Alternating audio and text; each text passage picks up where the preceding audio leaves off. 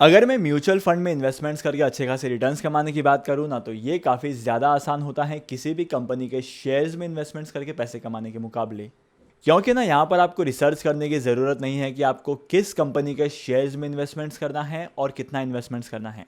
ज़्यादातर मार्केट में जितने भी म्यूचुअल फंड्स हैं ना, उनको मैनेज करने के लिए यहाँ पर असेट मैनेजर को हायर किया जाता है, जो कि पोर्टफोलियो का एनालिसिस करता है और इसके साथ साथ ये भी डिसीजन लेता है कि यहाँ पर इन्वेस्टमेंट्स किस कंपनी में करना चाहिए। लेकिन म्यूचुअल फंड्स में भी इन्वेस्टमेंट्स करने के लिए काफ़ी सारे टाइप्स होते हैं। अगर आप जानना चाहते हैं कि म्यूचुअल फंड्स कैसे काम करते हैं, इसमें इन्वेस्टमेंट्स कैसे करते हैं और कितने टाइप के म्यूचुअल फंड हैं जिसमें हम लोगों को इन्वेस्टमेंट्स करना चाहिए, इसके ऊपर मैंने काफ़ी सारे वीडियोस बनाए हैं जिसमें मैंने एक्सप्लेन किया है इन सब चीज़ों को। इसके साथ साथ है ना, मैंने ये भी बताया है कि किस म्यूचुअल फंड से हम लोगों को दूर रहना चाहिए। कहने का मतलब क्या है कि जो म्यूचुअल फंड सबसे ज्यादा रिस्की हो सकता है तो उसको हमें अवॉइड करना चाहिए, और इसके बारे में भी मैंने अपने एक वीडियो में बताया है। तो रेफरेंस के लिए आप वीडियोस को चेकआउट कर सकते हैं। म्यूचुअल फंड पे ना वीडियोस अपलोड करने के बाद मुझसे ना काफी सारे लोगों ने सवाल पूछा है कि क्या मैं इन्वेस्टमेंट्स कर सकता हूँ अब्रॉड भी, मतलब मैं इंडिया के बाहर इन्वेस्टमेंट्स कर सकता हूँ क्या म्यूचुअल फंड से। काफ़ी इंटरेस्टिंग सवाल है और ये काफ़ी लोगों के दिमाग में आता है, और शायद आपके दिमाग में भी होगा कि क्या मैं म्यूचुअल फंड से ग्लोबल इन्वेस्टमेंट्स का एडवांटेज ले सकता हूँ क्या।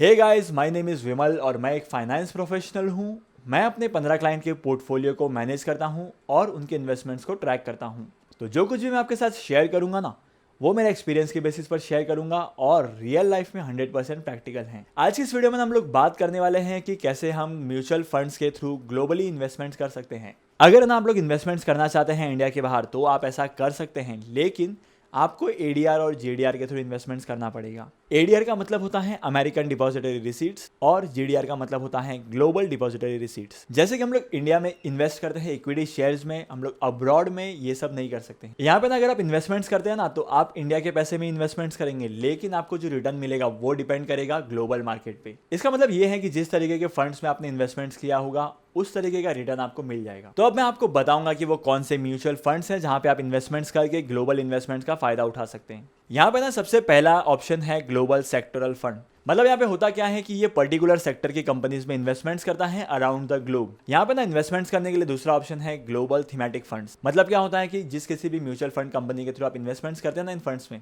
तो ये एक थीम बना लेता है कि हमें इस कंपनी में इन्वेस्टमेंट्स करना है, तो अपने थीम के हिसाब से ये कंपनीज को सिलेक्ट करता है अराउंड द ग्लोब एंड उसमें इन्वेस्टमेंट्स करता है। तीसरा इन्वेस्टमेंट ऑप्शन है कंट्री फंड्स। यहाँ पे होता क्या है कि असेट मैनेजर जो होता है वो इन्वेस्टमेंट्स करता है किसी एक स्पेसिफिक कंट्री के फंड्स में। एग्जांपल के तौर पे ये कंपनी इन्वेस्टमेंट्स कर सकती है अमेरिका के किसी स्पेसिफिक फंड्स में या किसी और कंट्री के स्पेसिफिक फंड्स में ही इन्वेस्टमेंट्स करेंगे। चौथा ऑप्शन है यहाँ पर रीजनल फंड्स का। ये फंड्स कहाँ पर इन्वेस्टमेंट्स करते हैं पता है? असेट मैनेजमेंट कंपनी जो होती है ना, वो रिसर्च करती है हर जियोग्राफिक लोकेशन की। सारा रिसर्च करने के बाद इनको जो लोकेशन प्रीफरेबल लगती है जहां पर इन्वेस्टमेंट्स करना चाहिए, ये सिर्फ उन लोकेशन के हिसाब से ही इन्वेस्टमेंट्स करते हैं। Last but not the least, हमारा पांचवा ऑप्शन है ग्लोबल फंड्स का। यहाँ पर असेट मैनेजमेंट कंपनी जो है वो दुनिया की सारी कंपनी में इन्वेस्टमेंट्स करती हैं इनके प्रेफरेंस के हिसाब से, और इसके साथ साथ ये इनके एनालिसिस पर भी डिपेंड करता है।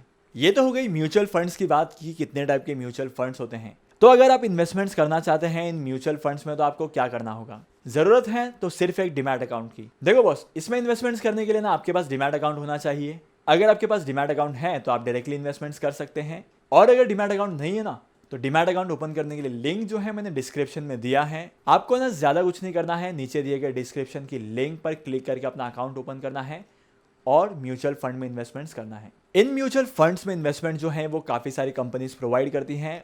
ये टोटली आप पे डिपेंड करता है कि आप कौन से म्यूचुअल फंड की कंपनी को सिलेक्ट करते हैं। अगर आज की वीडियो से आपने कुछ नया सीखा है, आज का वीडियो आपको इंपॉर्टेंट लगा है, तो इस वीडियो को लाइक कीजिए, शेयर कीजिए। इसके साथ साथ अगर आप चैनल पर नए हो ना, तो चैनल को सब्सक्राइब करो। मैं आपको मिलूंगा अगले वीडियो में नए टॉपिक के साथ। तब तक के लिए साइनिंग ऑफ।